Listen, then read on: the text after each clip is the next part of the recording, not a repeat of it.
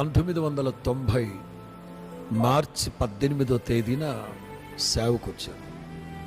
మొన్న మార్చి 18కి 30 సంవత్సరాలు.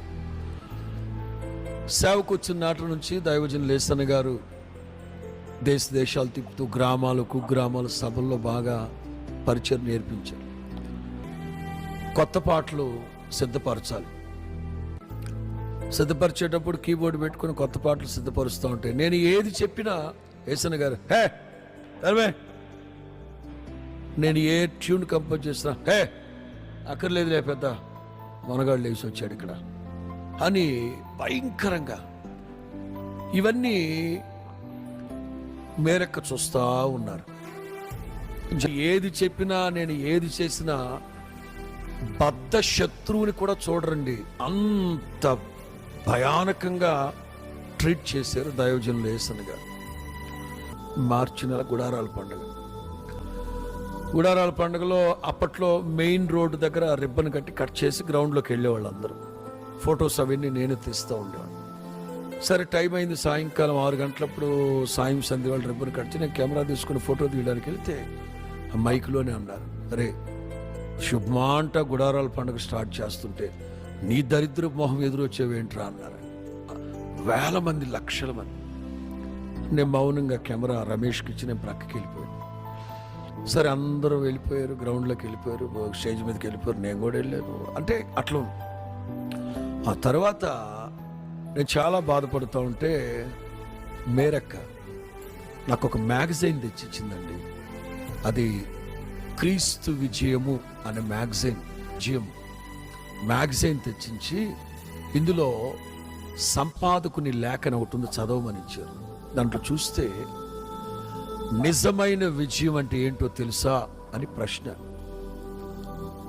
అందులో ఏమనుందంటే, నీవేదైనా ఆలోచన చెప్పినప్పుడు 10 మందిలో నిర్మోహమాటంగా నిన్ను కించపరుస్తారే, దాన్ని పంటి బిగువన బిగబట్టగలిగితే అదే విజయం. ఇట్లా చాలా పాయింట్స్ ఉన్నాయి. నేను అన్నాను, మీరు బాగానే చెప్తున్నారక్క, కానీ దీన్ని నా వాడుకలోకి వచ్చేసరికి నా వల్ల కావట్లేదు. కాకపోతే ఎలాగా నువ్వు ఇవన్నీ అనుభవిస్తేనే కదా రాబోయే రోజుల్లో లక్షల మందిని ప్రభావితం చేయగలవు దేవుని వైపు అన్న. నేను ఒక మార్గంలో నడిపిస్తున్నా. నేను ఇక్కడ రాసుకుంది ఏంటంటే, ప్రియులారా, మనుషులు మనల్ని నడిపిస్తూ ఉన్న విధానాన్ని బట్టి మనకు డిసప్పాయింట్మెంట్. అది రాసుకుంది ఏంటంటే, మనుషులు మనల్ని ట్రీట్ చేసే విధానం, మనము మన బంధువులు ఉన్నాం, మనం ఏది చెప్పినా వినరు, మనం ఏది చేసినా ఊరుకోరు. ఇది 2002లో జరిగిన సంభవం గుడారాల పండుగప్పుడు. సరే నేను ఆ మ్యాగజైన్ పట్టుకున్నాను. ఆ తర్వాత గుడారాల పండుగలు ముగించిన తర్వాత నా ప్రార్థన చేసి తీసుకెళ్ళి తెనాల్లో వదిలిపెట్టారు. 1 year దాటింది. 2003 గుడారాల పండుగ మెయిన్ గేట్ దగ్గర రిబ్బన్ కట్ చేయాలి, వెళ్ళిపోవాలి. నేను పోయినసారి కోప్పడ్డారు కదా, అది మనసులో పెట్టుకుని ఎందుకులే నేను దూరంగా ఉన్నా. ఆ లక్షల మంది వినేటట్లుగా మైక్లో అన్నారు, వెస్లీ ఎక్కడరా, వెస్లీ ఎక్కడున్నాడు రా, అక్కడ ఉన్నారంట, రారా, నువ్వు లేకుండా గుడారాల పండుగ ప్రారంభించడం ఎలాగరా, నువ్వు లేకుండా ఏమిట్రా. వెంటనే ఆ ప్రక్క నుంచి మేరక్క వెంటనే నాకు గుర్తు చేసింది, గత సంవత్సరం ఇదే చోట నీకు అవమానం కలిగింది, అదే చోట రెట్టింపు ఘనతను నీకు కలుగు చేస్తుంది, కాకపోతే కొంచెం ఆలస్యమైంది. నా దేవుని పిల్లారా, నిజమే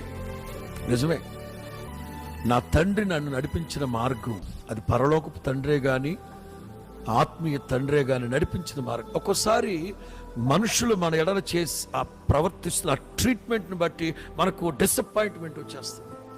యేసయ్య అంటారు, మీరు ఇంత త్యాగం కలిగి చేస్తున్నారు, మీకంటూ ఏవి సంపాదించుకోకుండా, మీకంటూ ఏది ఉంచుకోకుండా, మీకంటూ ఏది చేసుకోకుండా ఇంత గొప్ప త్యాగంతో సేవ చేస్తుంటే వాళ్ళు మీ మాట వినట్లేదా, వాళ్ళు మిమ్మల్ని చేర్చుకోవట్లేదా?